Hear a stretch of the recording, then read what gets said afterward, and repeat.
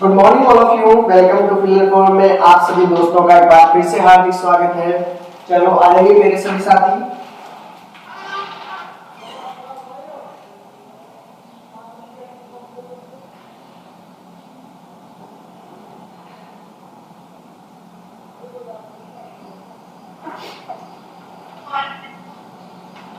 चलो तो देखो दोस्तों, अगर जिन्होंने अभी तक चैनल को सब्सक्राइब नहीं किया है तो चैनल को सब्सक्राइब कीजिए और बेल आइकन को दबाइए, जिससे क्लास की नोटिफिकेशन आप तक पहुंचती रहे। ठीक है, और जिन्होंने अभी तक टेलीग्राम ग्रुप को ज्वाइन नहीं किया है साथियों, टेलीग्राम ग्रुप को ज्वाइन करो। जिसको वेबसाइट का पता नहीं है दोस्तों, वेबसाइट का आपको पता रहना चाहिए, जिससे आपको जो पीडीएफ होगी, आपकी नोट्स होगी, वो सभी आपको वहां पर उपलब्ध करा दिए जाएंगे। ठीक है, जो भी आपके सेशन होंगे उन सभी के बारे में भी आपको अपडेट कर दी जाएगी। चलो सभी आ जाइए, सभी साथी लाइक और शेयर कर दीजिए क्लास को ज्यादा से ज्यादा।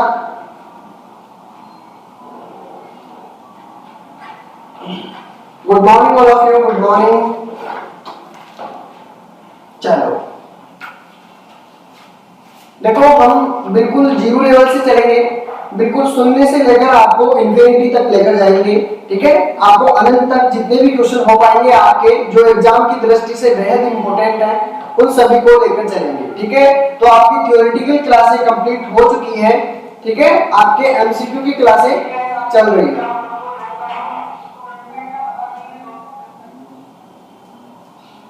ठीक है,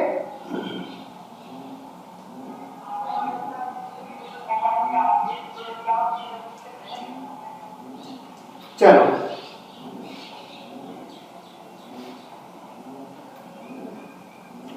चलो आगे आ जाएंगे। जो भी नए विद्यार्थी हैं उन सभी को मैं एक बार फिर से बता देता हूं कि आपके सीटेट और एचटेट 2022 के आपकी क्लासें थ्योरेटिकल क्लासें कंप्लीट हो चुकी है। ठीक है, आपके एमसीक्यू क्लास चल रही और एग्जाम भी आप सभी को पता है सीटेट का नजदीक है। तो ठीक है, एमसीक्यू क्लासें आपको जरूर देखनी है, क्योंकि एमसीक्यू से आपकी बहुत सारी स्टडी कवर हो जाती है। ठीक है, जो टॉपिक भी क्लियर नहीं हुए हुए हैं वो भी एमसीक्यू की दृष्टि से कंप्लीट होते हैं, और एमसीक्यू से आपका ये फायदा होगा कि आपको एग्जाम में इसी प्रकार के क्वेश्चन मिलेंगे। ठीक है, तो जिससे आपको आसानी रहेगी क्वेश्चनों को समझने में। और कई बार क्या होता है, जब एमसीक्यू हम लोग करते हैं तो ऐसा का ऐसा एमसीक्यू आपको एग्जाम में देखने को मिलता है। ठीक है, जिससे आपको ये फायदा होगा कि आपको निकालने की जरूरत नहीं पड़ती है कई बार। ठीक है, और आप सीधा आंसर दे सकते हो।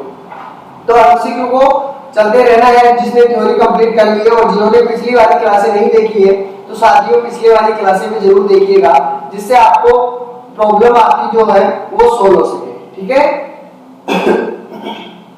चलो देखो, सीटेट के फर्स्ट और सेकंड दोनों पेपरों की आपको प्रिपरेशन करवाई जाती है। यहाँ पर बिल्कुल आपका सिलेक्शन पक्का है अगर आपने ध्यान से पढ़ा है तो। ठीक है, चलो लेट्स स्टार्ट, शुरू करते हैं हम अपना जो टॉपिक है मैथ्स का सीटेट एमसीक्यू क्वेश्चन। आज इसके अंदर ज्यादा पेडोलॉजी के क्वेश्चन हम अधिकतर देखने को मिलेंगे। ठीक है, एक दो क्वेश्चन हम मैथ्स से रिलेटेड डालेंगे, लेकिन पेडोलॉजी के क्वेश्चन भी हम इसमें करने वाले हैं। ठीक है,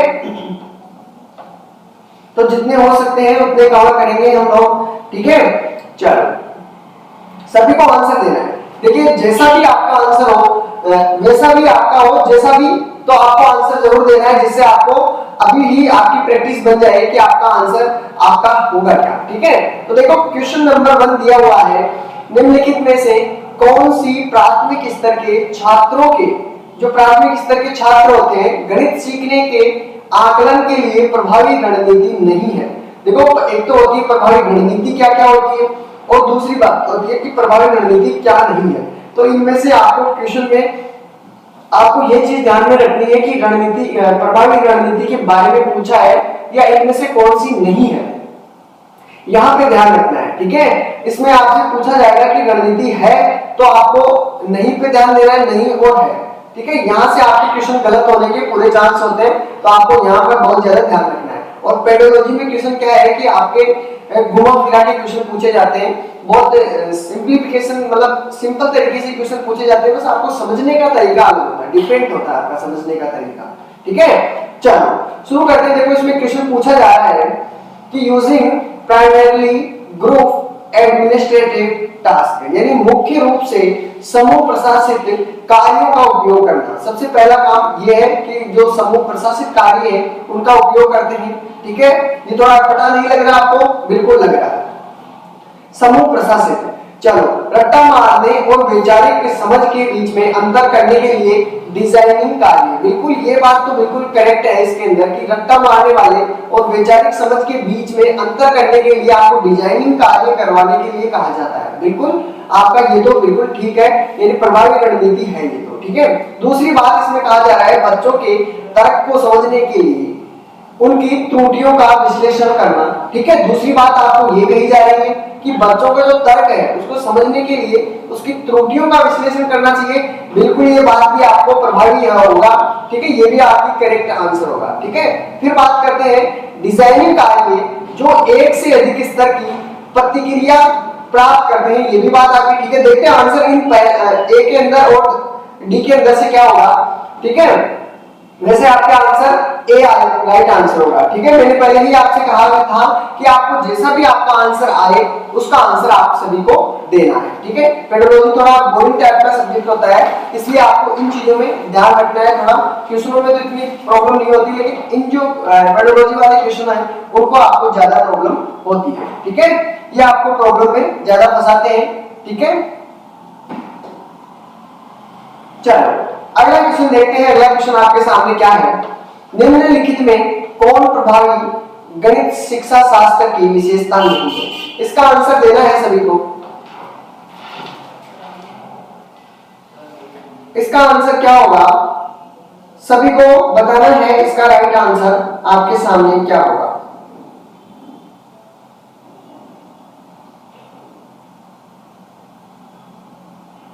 शुरू कीजिए, बताइए इसका राइट आंसर क्या होगा। आपके सामने क्वेश्चन भी दिए हुए हैं, घबराने की कोई बात नहीं है। जैसा भी आपका आंसर हो आंसर दीजिएगा प्लीज।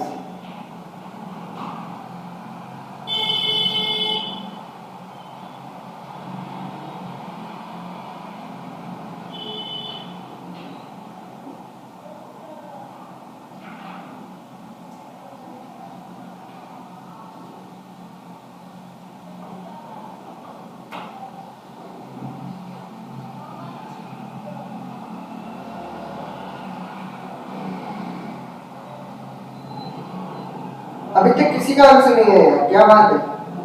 चलो देखते हैं इसका आंसर क्या होगा। देखो इसका आंसर आपके सामने क्या दिया हुआ है, इसका आंसर आपके सामने 3 होगा।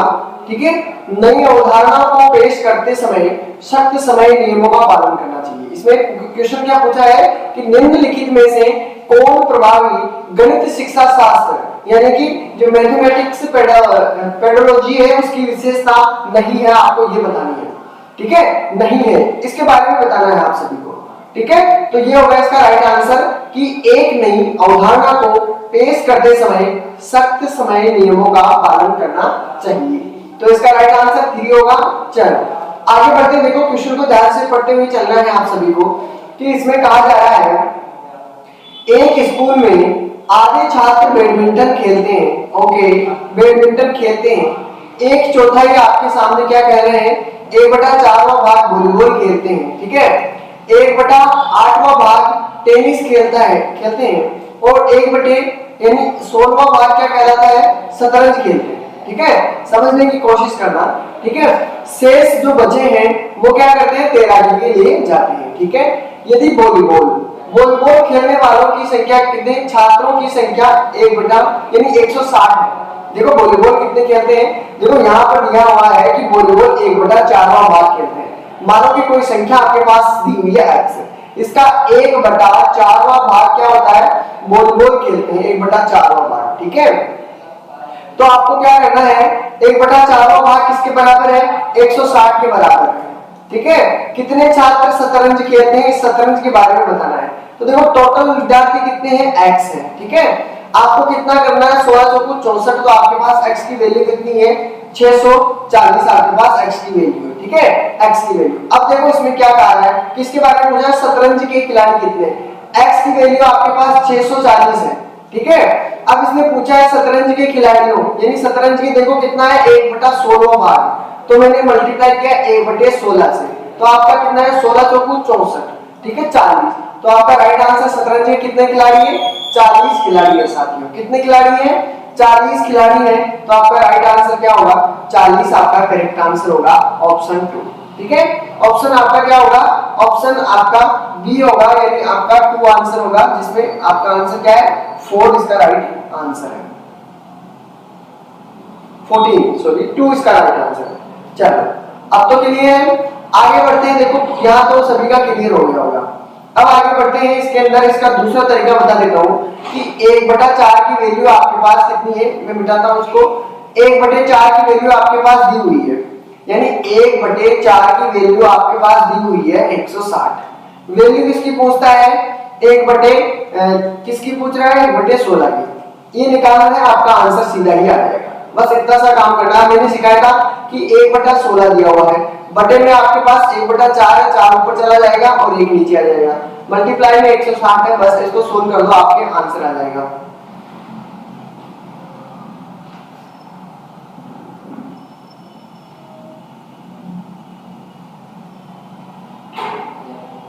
ठीक है, देखो 4 से काटा 4 चौक 16 और 4 से काटा इसको 4 चौक 16, यानी 40 आपका राइट आंसर है। ठीक है, इसमें भी आपका क्लियर है। चलो आगे बढ़ते हैं। देखो अगला क्वेश्चन आपके सामने क्या बताया जा रहा है। क्वेश्चन इसका तो आंसर 2 हो गया।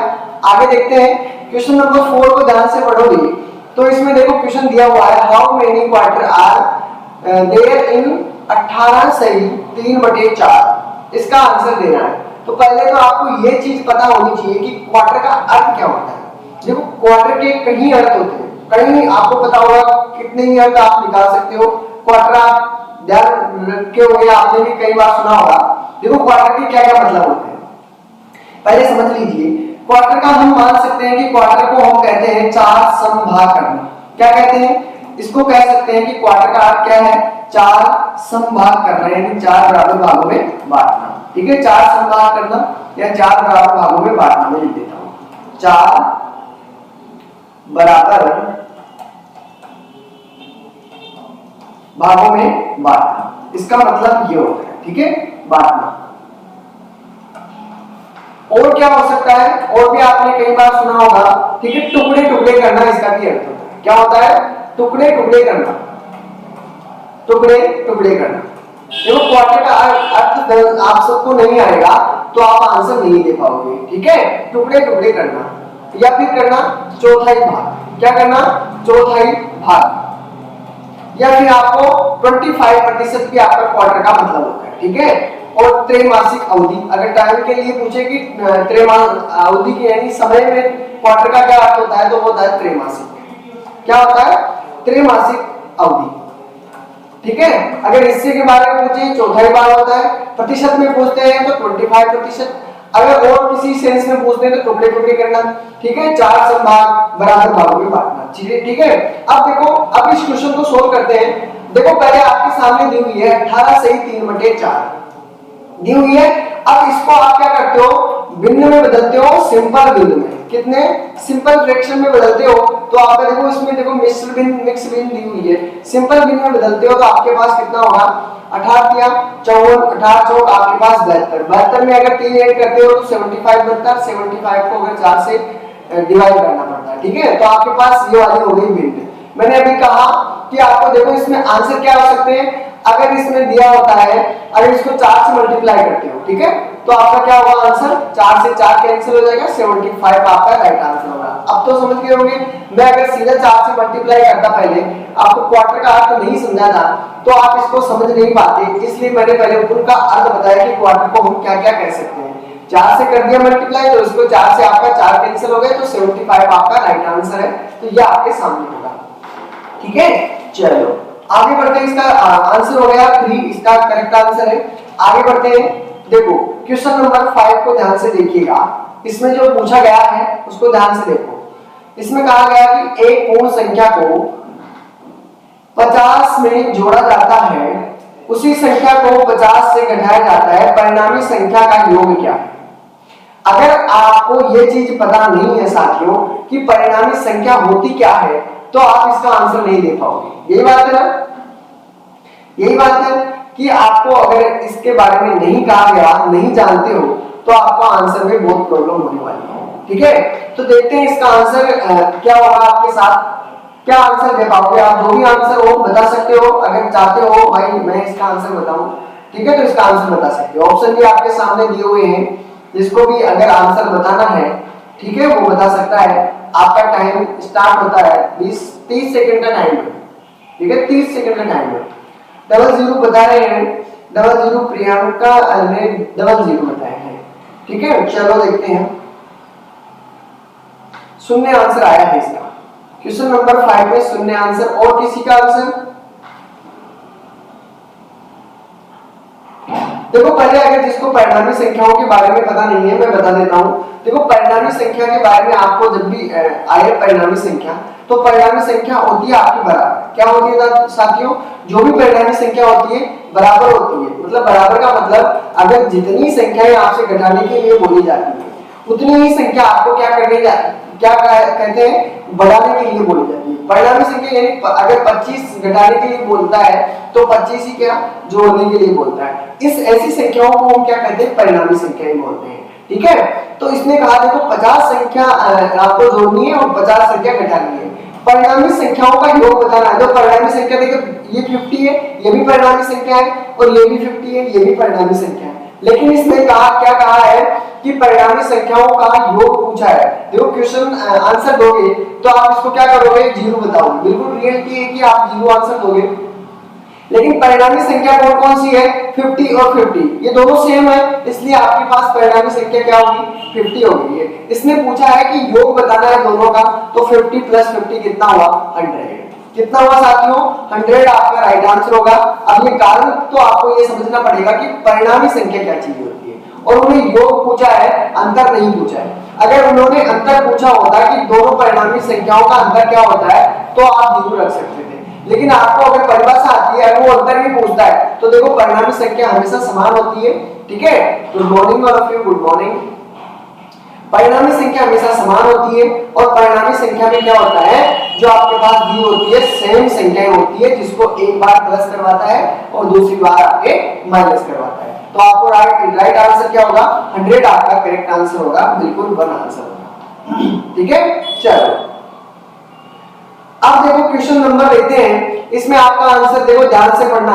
एक बीकर इज, आपके पास एक बीकर दिया हुआ है, ठीक है, और उसमें पानी भरा हुआ है 3/7, यानी कि कोई बोतल आपके पास, समझ लो कि उसका 3/7 आपके पास भरा हुआ है, यानी कि आपके 7 लीटर पानी, 7 लीटर की कोई टंकी है। ठीक है, 7 लीटर की कोई टंकी है जिसमें 7 पानी भरा हुआ है, 3 खाली है। इस प्रकार से पूछा जाता है। ठीक है, बीकर को ऊपर तक भरने के लिए 16 लीटर पानी की आवश्यकता होती है। समझने की कोशिश करना, क्वेश्चन समझाना क्या चाह रहा है। देखिए बना हुआ पानी क्या है, मैं यहां पर लिख देता हूं, हर एक चीज को लेकर चलते हैं। एक बीकर 3/7 पानी से भरा है, यानी भरा हुआ कितना है, भरा हुआ कितना है, 3/7 पानी भरा हुआ है। तो आप खाली बता सकते हो कि खाली कितना है, ये बता सकते हो, खाली भाग। तो खाली भाग आपके पास कितना है, जो 1 है आपके पास, उसमें से 3/7 माइनस कर दो, आपका आंसर आ जाएगा। यानी आपके पास जो खाली है वो कितना है, 4/7 भाग आपका क्या है साथियों, खाली है।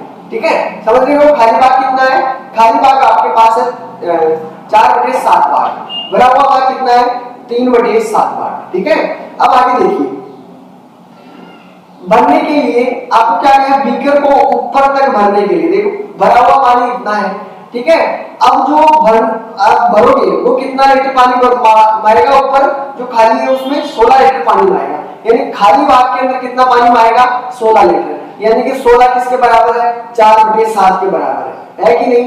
तो आवश्यकता होती है, तो बीकर की क्षमता कितनी है, टोटल उसके अंदर पानी कितना आ सकता है, इसके बारे में बताया जा रहा है। ठीक है, तो कोई आंसर देना चाहता है, आंसर आया किसी का, मैं बता दूं फिर आपसे। देखो कोई भी टंकी मान लेते हैं, उसका एक हिस्सा भरा हुआ है, मतलब एक हिस्सा है टोटल, एक हिस्सा उसका 3/7 भाग भरा हुआ है और 4/7 भाग खाली है। ठीक है, अब एक की वैल्यू आप निकाल दोगे तो आपका आंसर आ जाएगा।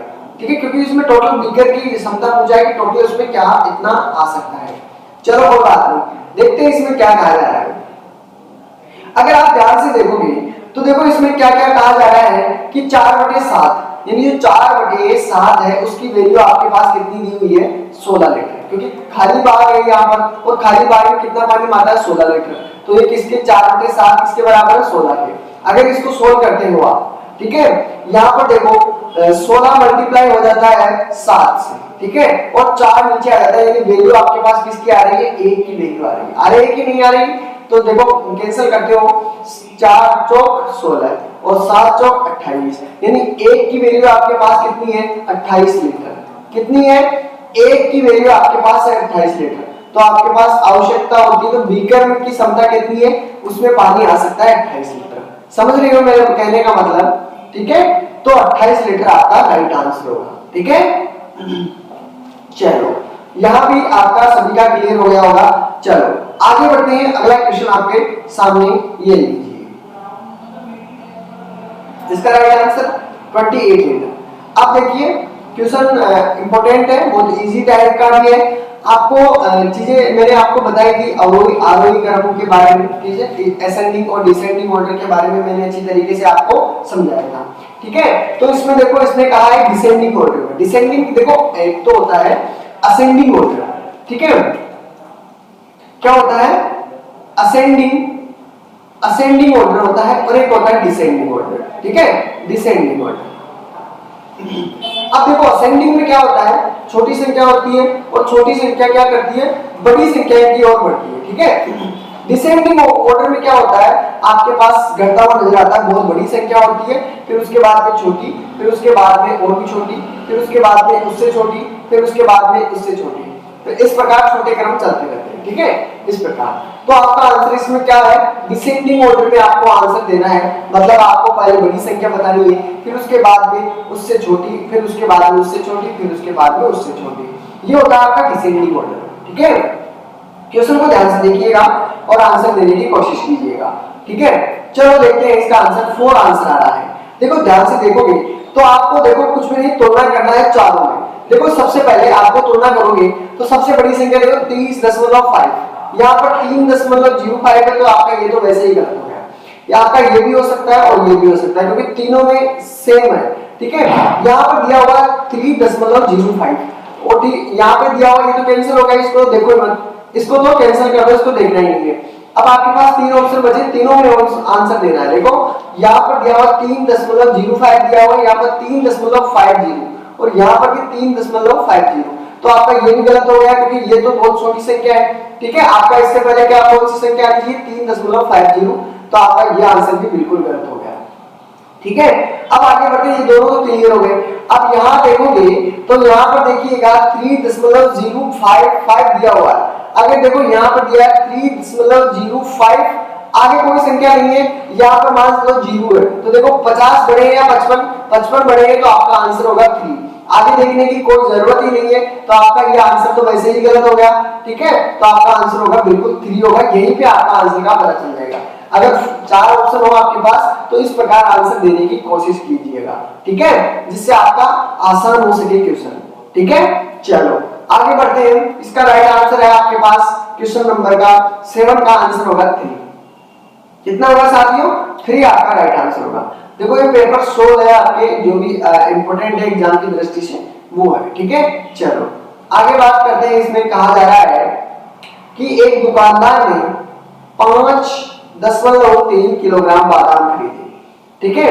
यहां मैंने लिख दिए कि बादाम कितने हैं, बादाम, अगर देखो यहां पर किलो में दिया हुआ 5.3, यानी केजी में है, अगर मैं इसको ग्राम में लिख देता हूं तो भी कोई फर्क नहीं पड़ता, ठीक है, ये ठीक है। अब देखते हैं इसमें बादाम के लिए कहा गया है, कोई बात नहीं है, और 2100 ग्राम क्या है, किशमिश है, किशमिश के बारे में भी मैं लिख देता हूं,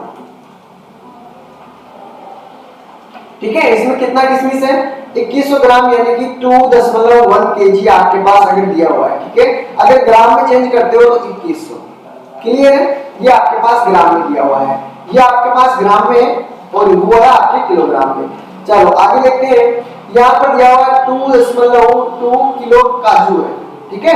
काजू कितने दिए हुए हैं, काजू आपके पास दिए हुए हैं 2.2 केजी, ठीक है। अगर आप इसको ग्राम में लिखते हो तो आपके पास ये वाला ग्राम में आंसर है, ठीक है। आगे बढ़ो, मिलाकर मिश्रण को 2 दर्जन पैकेटों में बराबर बराबर पैक कर दिया जाता है। ठीक है, ये बोल रहा है ग्राम के अंदर होगा, क्योंकि 12 मतलब इसमें कहा गया है कि 2 दर्जन के बारे में कहा गया है।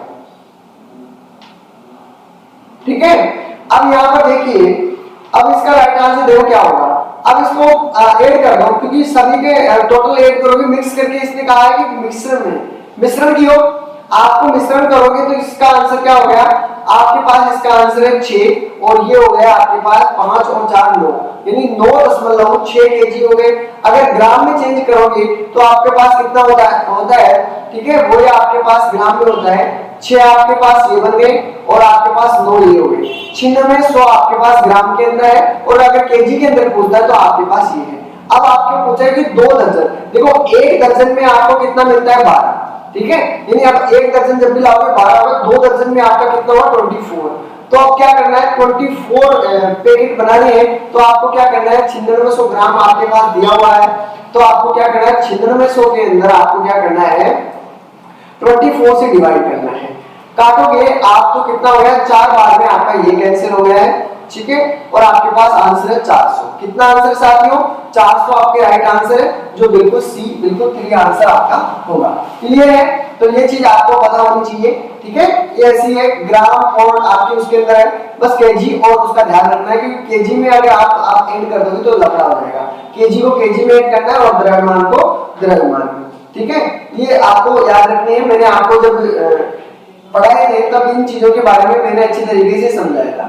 ठीक है, चलो आगे चलते हैं। इसमें आगे कहा गया है, इसका राइट आंसर हो गया 3 आपके सामने। अब देखिए इसमें क्या कहा जा रहा है,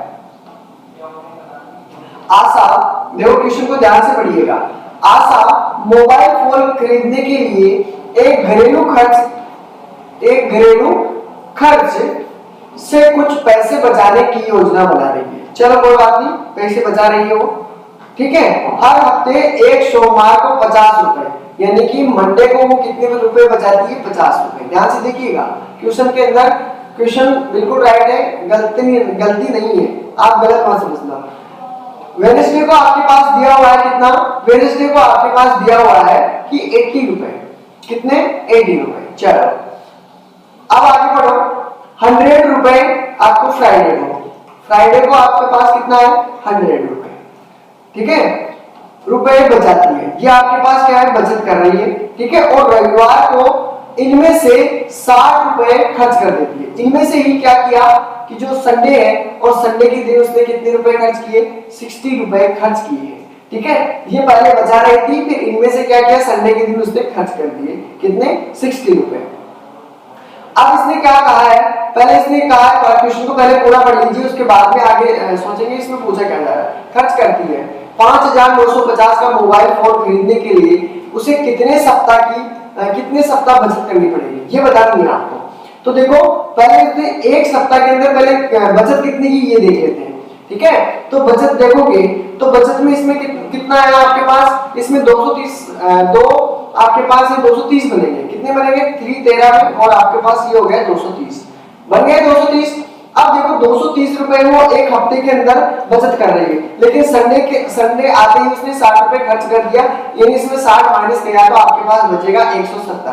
कितना बचा साथियों, उसके पास पैसे बचे हैं 170 रुपए एक हफ्ते के। कितने हैं, एक हफ्ते के कितने हैं, एक सप्ताह के उसके पास 170 रुपए बच रहे हैं, ठीक है। मोबाइल कितने रुपए का खरीदेगी, 5950 रुपए का, ठीक है। एक सप्ते में इतना, तो सोचो कि 5950 रुपए 170 के हिसाब से कितने दिन लगेंगे। 170 से डिवाइड कर दीजिए, आपका आंसर आ जाएगा। जीरो से मैंने जीरो कैंसिल कर दिया है, 17 से काटोगे तो 17 के आपके पास आ जाएगा, 3 बार तोड़ने से आपका इसका हो जाएगा, और आपके पास बचा है 8, और 8 से आ रहा है 5 17 पंजे 85, तो आपके पास कितना है 35। तो 35 आपका राइट आंसर होगा साथियों। 35 हफ्ते लगेंगे उसे क्या करने में, उसको पैसे जुट करने में मोबाइल खरीदने के लिए, ठीक है। तो इसका राइट आंसर होगा 35, ठीक है। आंसर भी बिल्कुल सही है। चलो अगला क्वेश्चन आपकी तरह, इसका 3 आंसर हो गया। क्वेश्चन नंबर 10 देखिए, क्वेश्चन नंबर 10 के अंदर आंसर क्या होगा। क्वेश्चन इंटरेस्टिंग है, ठीक है, इंटरेस्टिंग क्वेश्चन है।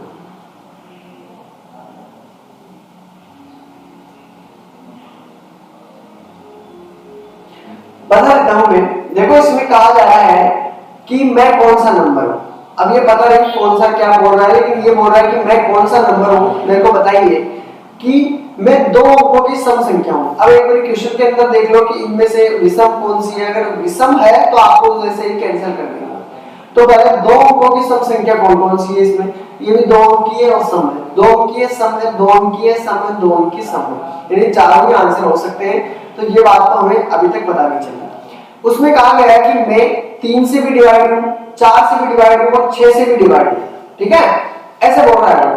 तो देखो 3 से, 4 से, 6 से, 3 से तो देखो सभी डिवाइड है लगभग, ठीक है, इसको छोड़कर, यानी कि देखो 36 दिया हुआ है, ये 3 से डिवाइड है, बिल्कुल है, ये 4 से भी डिवाइड है, बिल्कुल है, और ये 6 से भी डिवाइड है, बिल्कुल है। तो आपका ये तो हो गया 36, ठीक है। तो ये तो आपके पास बनता है 36, तो आपका कंप्लीट होता है कि 36 तो आपका सही है। आगे देखते हैं 48, इसमें भी 3 से डिवाइड है, 4 6 तीनों से डिवाइड है, बिल्कुल ये भी है, ठीक है, ये दोनों ही है। और इसको भी देखते हैं तो ये भी डिवाइड है, लेकिन ये आपकी डिवाइड नहीं है, तो ऑप्शन आपका 3 तो गलत हो गया, 3 ऑप्शन नहीं होगा। अब आगे देखिए, इसमें कहा जा रहा है कि सार्वगुणजों मेरे कुल 9 गुणनखंड है। कितने गुणनखंड है, कुल 9 गुणनखंड है। देखो पहले 36 की बात कर लेते हैं कि इसके कितने गुणनखंड है, ठीक है। अगर 36 के 9 गुणनखंड है तो आपका आंसर यही हो जाएगा, नहीं तो फिर नीचे चलेंगे, ठीक है। चलो इसमें देखिए आपको क्या करना है, इसमें आपने देखा होगा कि 36 दिया हुआ है और 36 में आपका कितना बना देखते हैं। इसमें देखिए, इसमें मैंने पहले लिखा है आपके सामने क्या लिखा है, 36 के मैंने गुणनखंड कर दिए, और 36 के मैंने गुणनखंड आपको करने का तरीका सिखाया। 2 से काटोगे तो 2 दूनी 4 होता है, और 4 दूनी आपका 4 दूनी आपको क्या करना, देखो 2 दूनी 4, 4 चौक 16 और 16 दूनी 32 होता है, नहीं बैठ रहा, ठीक है। तो 2 दूनी 4 हो गया, 4 उल्टा 32, और 4 नाम आपका होता है 36। ये करोगे, ये 4 की 12 करोगे और 12 के 36 करोगे। ये आपके पास किसके गुणनखंड है, 36 के गुणनखंड है, ठीक है। अब 36 के गुणनखंड है, अब इसको क्या रख सकते हो, मैंने आपको गुणनखंड के बारे में अच्छी तरीके से समझाया था। इसको हम लिख सकते हैं 2 की पावर 2, और इसको रख सकते हैं 3 की पावर 2, रख सकते हैं ना, ठीक है। अब गुणनखंड किस प्रकार निकालते हो कि इसके कितने गुणनखंड होंगे, तो देखो इसमें आपके पास पावर कितनी लगी हुई है, 2, ठीक है, 2 + 1। ये करने के लिए कहा था कि एक ऐड कर दो जो पावर लगी हुई है, ठीक है, मल्टीप्लाई का चिन्ह है, इसके अंदर आपकी क्या लगी हुई है 2, और 2 को के अंदर क्या करना है, +1 कर दो, ठीक है। अब देखो यहाँ पर है 3 इंटू आपके पास है 3, तो 3 3 आपके पास कितना होता है 9। तो आपके क्या गुणनखंड बिल्कुल सही है क्या, मेरे कोई कितने गुणनखंड है 9, तो इसके अंदर 9 गुणनखंड है, तो आपका आंसर क्या होगा 36, आपका बिल्कुल राइट आंसर होगा। अब बताइए कि आप पहले गुणनखंड निकालते हो तो गुणनखंड करोगे 36 का, अगर आपको इस प्रकार गुणनखंड नहीं करने आते हैं तो ये तो आपको आता ही है ना।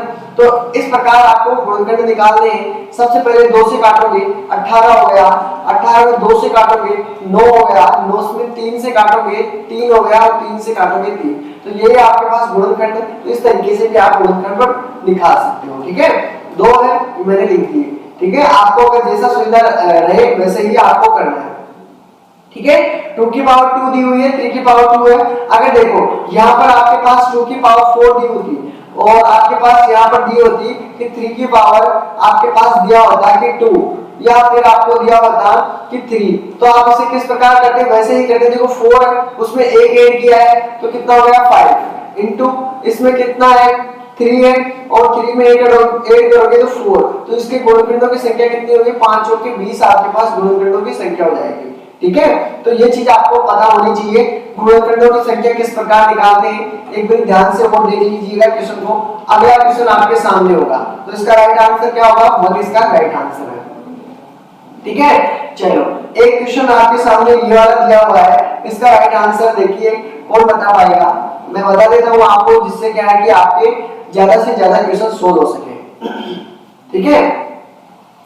1 वर्ग की 10 सेमी आपके पास भुजा दी हुई है। एक वर्ग है, वर्ग का मतलब आप सभी को पता होगा कि चारों भुजाएं जिसकी बराबर हो, यही बात कही गई है, मैंने अच्छी तरीके से समझाया है। 10 10 10 और आपका ये भी 10 है।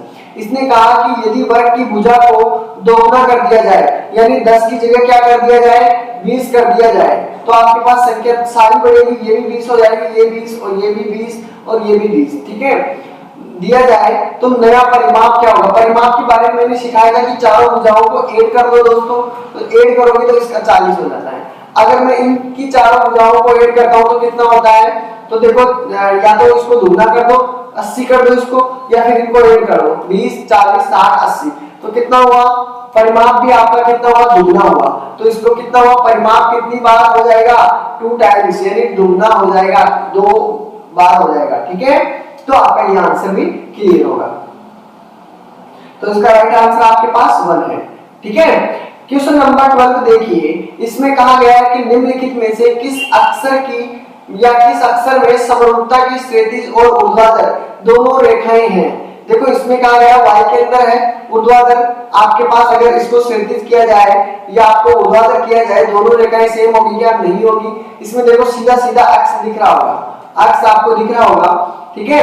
अगर इसको इस प्रकार आपके दिया हुआ हो, अगर मैं इसको उल्टा कर देता हूं तो भी इसी पे आएगा, यानी समरूप हो जाएगा, ठीक है। अगर मैं ऊपर देखो ऊपर वाले को अगर मैं इस तरफ के लेता हूं, अगर मैं इन दोनों को ऊपर नीचे करता हूं तो आपके पास इसी प्रकार इस पे आ जाएगा, ठीक है। ये समरूपता है, चाहे किधर से ही लो आपकी समरूपता बनेगी। तो ये आपका राइट आंसर होगा 3, ठीक है, बिल्कुल। तो इसमें क्या होगा, सी इसका राइट आंसर होगा, बिल्कुल। अब देखिए क्वेश्चन नंबर 13 के अंदर इसका आंसर जिसको भी आता है जैसा भी हो बता दीजिए, फिर इसका राइट आंसर हम करेंगे।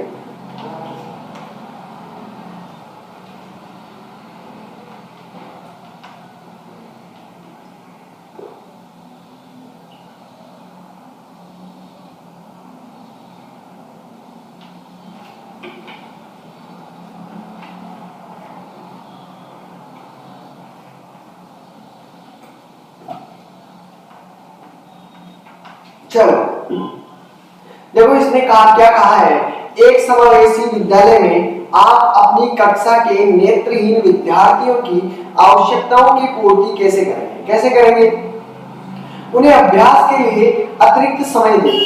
आप कौन होते उसको समय दीजिए, लेकिन आप उसको पहले, ये इसका पुख्ता आंसर नहीं हो सकता है, ठीक है। उन्हें अभ्यास के लिए अतिरिक्त समय दें, मतलब इसका क्या है, ये आपको कोई सेंस की बात लग रही है क्या, नहीं है। पहले क्वेश्चन को पूरा पढ़ लेते हैं, मतलब आंसरों को पूरा पढ़ लेते, जिसके अनुसार जो मजबूत कथन होगा उसका ये आंसर हम रखेंगे। उन्हें उच्च उपलब्धि हासिल करने वालों के साथ बिठाएंगे, ये आप कैसे कह सकते हो, ठीक है, ठीक है। वैकल्पिक शिक्षण अधिगम विधियों और संसाधनों का प्रयोग करेंगे, ये आपको थोड़ा दम लगा बात में दम लगा इसका थोड़ा सा 13 में, बिल्कुल सही है। उन्हें एक विशेष शिक्षक के पास भेजेंगे, यानी आप शिक्षक अच्छे नहीं हो तो विशेष क्या करेगा इसमें, तो इसमें क्या करना है, सबसे इंपॉर्टेंट आपको 3 लग रहा होगा सभी को, मुझे भी 3 लग रहा है, बिल्कुल इसका आंसर भी 3 होगा, ठीक है। चलो अब देखिए क्वेश्चन नंबर 14 में क्या दिया हुआ है कि निम्नलिखित में से कौन एक गणितीय प्रक्रिया नहीं है, ये बतानी है कि इसमें गणितीय प्रक्रिया कौन सी नहीं है। देखो अनुमान इसमें मानते हैं, गणित के अंदर x मानते हैं, ये नहीं अनुमान लगाया गया है, ठीक है, ठीक है। इसमें स्थानांतरण करते हैं, देखो इक्वल दिया हुआ है, मैंने यहाँ पे लिखा x + 1/2 और यहाँ पर लिखा है 1/3 लिखा हुआ है। तो आप क्या करते हो, स्थानांतरण करते हो, उसको इधर भेजते हो, यानी ये हो गया आपका ट्रांसफर, ठीक है। विजुअलाइजेशन करते हो उसके बारे में, बिल्कुल करते हो, ठीक है। याद नहीं रखना, यानी क्या नहीं कर सकते, याद रखना, यानी प्रक्रिया नहीं है तो ये याद रखने की प्रक्रिया नहीं है, इसमें कैलकुलेशन की प्रक्रिया है। आप जितनी कोशिश करोगे उसको विजुअलाइजेशन देखो, उसको कंप्लीट करो, ठीक है, लेकिन आपको याद कैसे रख सकते हो, आप पूरी इक्वेशन को रट सकते हो क्या, नहीं, पूरी इक्वेशन को नहीं रट सकते आप, ठीक है। और कितने रटोगे, एक इक्वेशन हो तो रटे भी, लेकिन इसमें तो क्या पता कितनी इक्वेशन है, ठीक है, कितनी को रटोगे, तो आपको याद नहीं रख सकते, मेमोराइजेशन नहीं कर सकते। इसका राइट आंसर आपके सामने ये होगा। ठीक है, तो इसका आंसर आपके सामने ये होगा, बिल्कुल करेक्ट आंसर। ठीक है, आगे देखते हैं इसका आंसर क्या होगा। डी इसका राइट आंसर होगा। अब देखिए अगला क्वेश्चन आपके सामने है, इसका आंसर दीजिएगा, ये वाला आपके सामने है, इसका आंसर बताइए।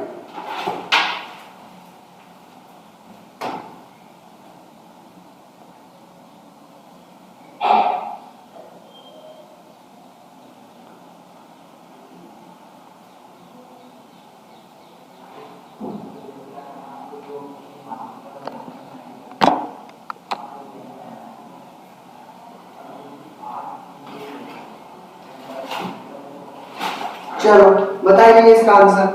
चलो देखते हैं 15 में आंसर आया, आंसर नहीं आया, इसमें देखते हैं इसका राइट आंसर क्या होगा। संरक्षण यानी कंजर्वेशन आपका होगा। इसमें क्वेश्चन देखो क्या कहा गया है कि निम्नलिखित में से कौन सा प्रारंभिक शिक्षा अवधारणा से संबंधित नहीं है, ये बतानी है।